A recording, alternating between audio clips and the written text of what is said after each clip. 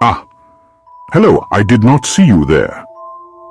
I was just pondering to myself when it occurred to me that Dark Souls 2 is underrated.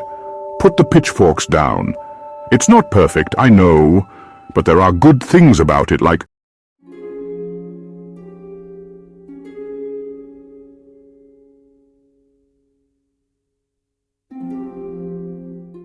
the areas of Dark Souls 2 are nothing to scoff at. It contains some of the most beautiful and unique areas in the series, like Hyda's Tower of Flame and the Shrine of Amana. I am talking about just the areas, not what's in them.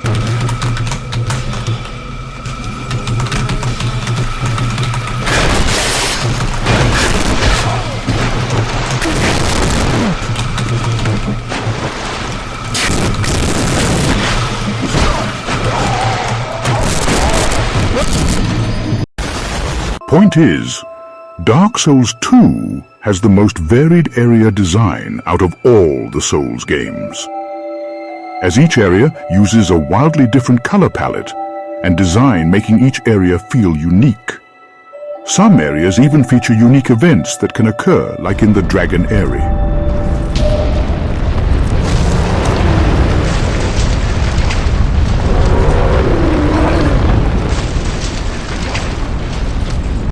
I'd be a fool not to mention Majula, the best hub in the series.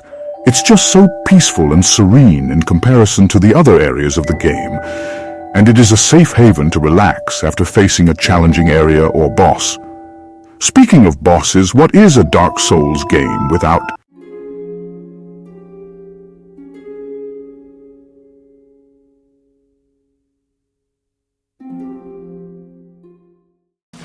The combat in Dark Souls 2 is much slower and more methodical than in the first and third game, as its combat is very deliberate, having you heal slower, double the time it takes then in the first and third game. The flow of combat is also much slower, even feeling clunky at first. All the attacks are slowed down, adding to the methodical nature of its combat style, making each choice you make more impactful. I'm not saying this combat style is better, it is just different. Dark Souls 2 likes to throw as many enemies as it can at you in a single area. Its combat system favors one-on-one encounters, so if you are unprepared, you will probably die. But if you take it slow and don't rush, you won't find it too hard to deal with these groups of enemies, annoying as it is. This combat directly feeds into the bosses. The 33 bosses of Dark Souls 2's main game are often criticized for their lack of complexity, like, for example, the last giant, the first boss in the game, has only 5 moves. 5 moves, it's ridiculous. However, that is not to say they are all bad. There are some really good bosses, most of which are in the DLC, which we will move on to later.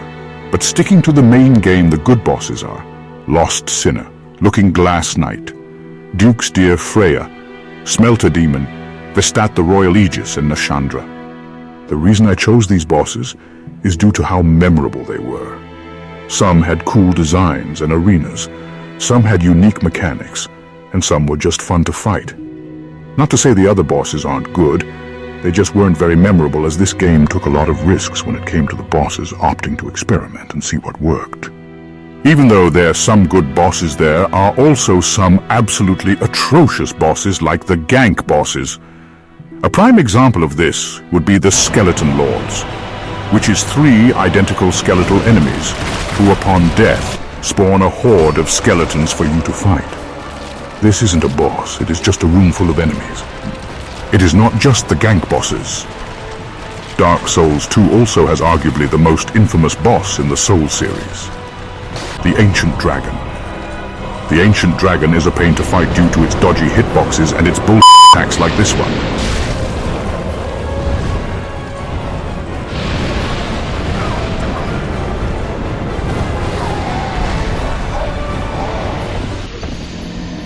How much I hate that boss cannot be put into words. Well, now, we got that out of the way. It is time to talk about the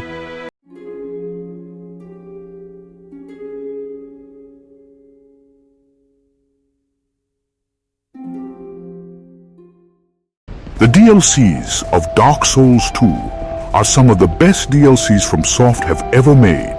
They contain some of the highest highs and lowest lows of the Souls series. But you can definitely tell they improved the formula from the base game. Due to how different each DLC is, I'm going to discuss each DLC separately, starting with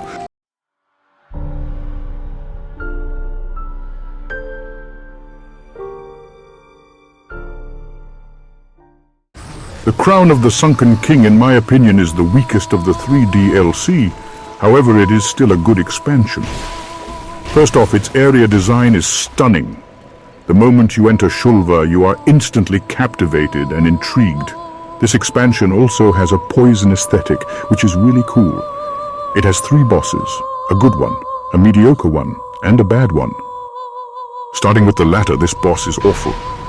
It is just 3 NPCs with a random assortment of weapons and armor stun-locking you to death. Not to mention it is a pain to get to.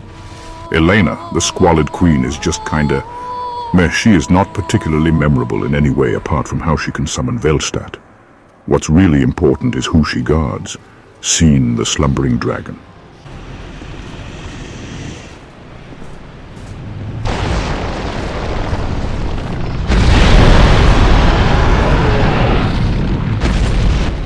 Sin, the Slumbering Dragon, is one of the best dragon bosses from Soft have made, and is diabolically underrated.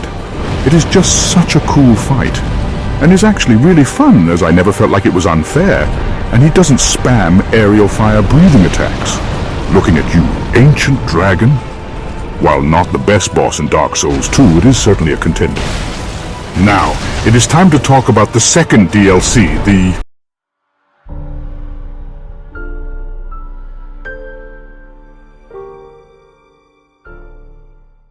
The Crown of the Old Iron King is the best DLC out of the 3, as it has arguably the best area design in the game, and has the 2 best bosses in the game, that being the Fume Knight and Sir Alone. Oh yeah, I guess the cool Ranch Smelter Demon is good too.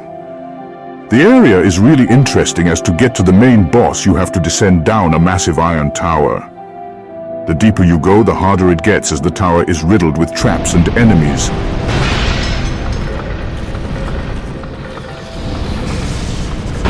But once you reach the bottom of the tower, you will come face to face with Raim, the Fume Knight.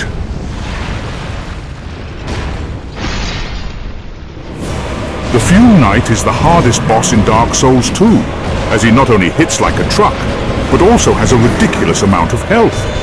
On my first playthrough, I spent hours upon hours to beat this guy, but this is a good boss. An excellent boss, in fact, due to his mechanics, his design and his build-up. However, this boss ends up playing second fiddle to the final boss of this DLC, Sir Alone. Sir Alone is an excellent example of how good the Dark Souls combat is, as in order to beat him, you almost have to dance. You hit, then dodge, then hit, and so forth. He is still hard due to his awkward timing, but once you learn his attack patterns, you are rewarded with an incredible duel between 2 honorable swordsmen. The fight is just amazing.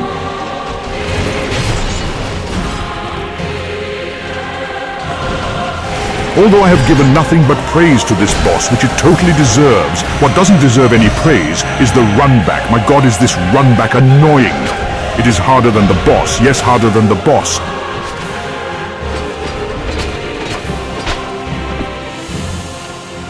And to top it off, the run back to the Blue Smelter Demon is even more annoying, as you have to run past enemies as if you don't. The gates will close and are only able to be opened again when you die or reach a bonfire.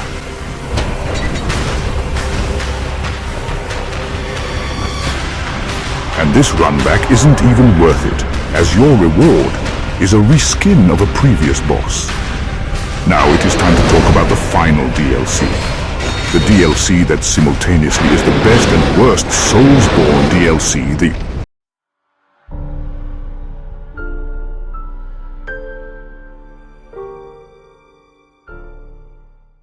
The Crown of the Ivory King is the 3rd and final DLC, featuring some of the highlights of my playthrough, and also some of the lowest points. As let's be honest, some parts of this DLC is not the best. Like the other two DLC the area design, ignoring the frigid outskirts is breathtaking. And its Ice Kingdom aesthetic is really cool and fun to explore. Like the other two DLC, this one has 3 bosses of varying quality. So let's start with the first boss, Ava, the king's pet. The first time you fight Ava, he is invisible. Yes, you heard me correctly. An invisible boss.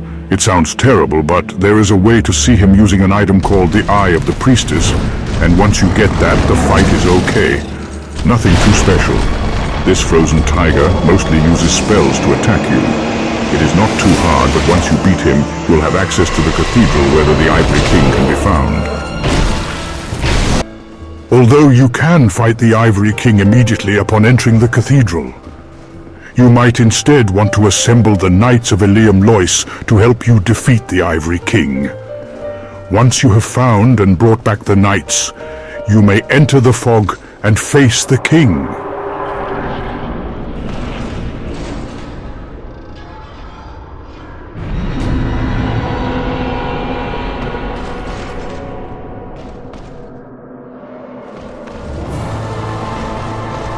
The Burnt Ivory King is my favorite boss fight in Dark Souls 2.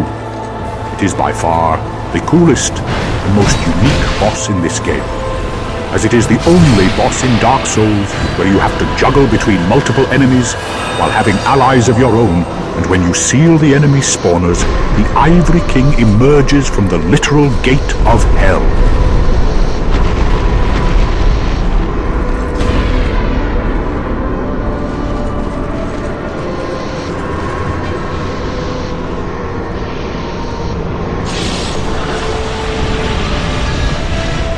It's over. We are screwed. This fight is awesome, unlike the final part of this DLC. Finally, we move on to the worst area that FromSoft has ever made, the frigid outskirts. Really, it needs no introduction. This area is in a perpetual blizzard, and it is filled with some of the most annoying enemies I have ever had to deal with.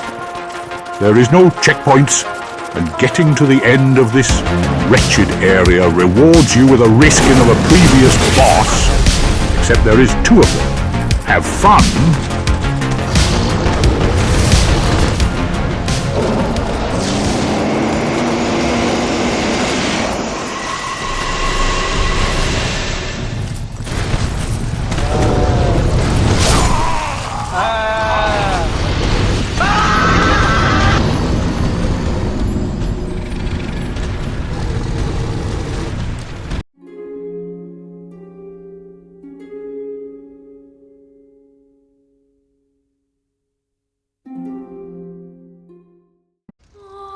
Dark Souls 2 may not be perfect, but it still is a really good game. It may have its flaws, but that doesn't stop it from being fun. If you are thinking of recommending it to anyone, you should. While I could explain the lore, I would do it a disservice, so I would highly recommend you watch someone else. I will leave a link in the description. If you enjoyed the video, give it a like and a subscribe. I'd really appreciate it. And of course, if you disagree with me or have ideas for future vids, put it in the comments below. Well, now the video is done. There is only one thing left to do.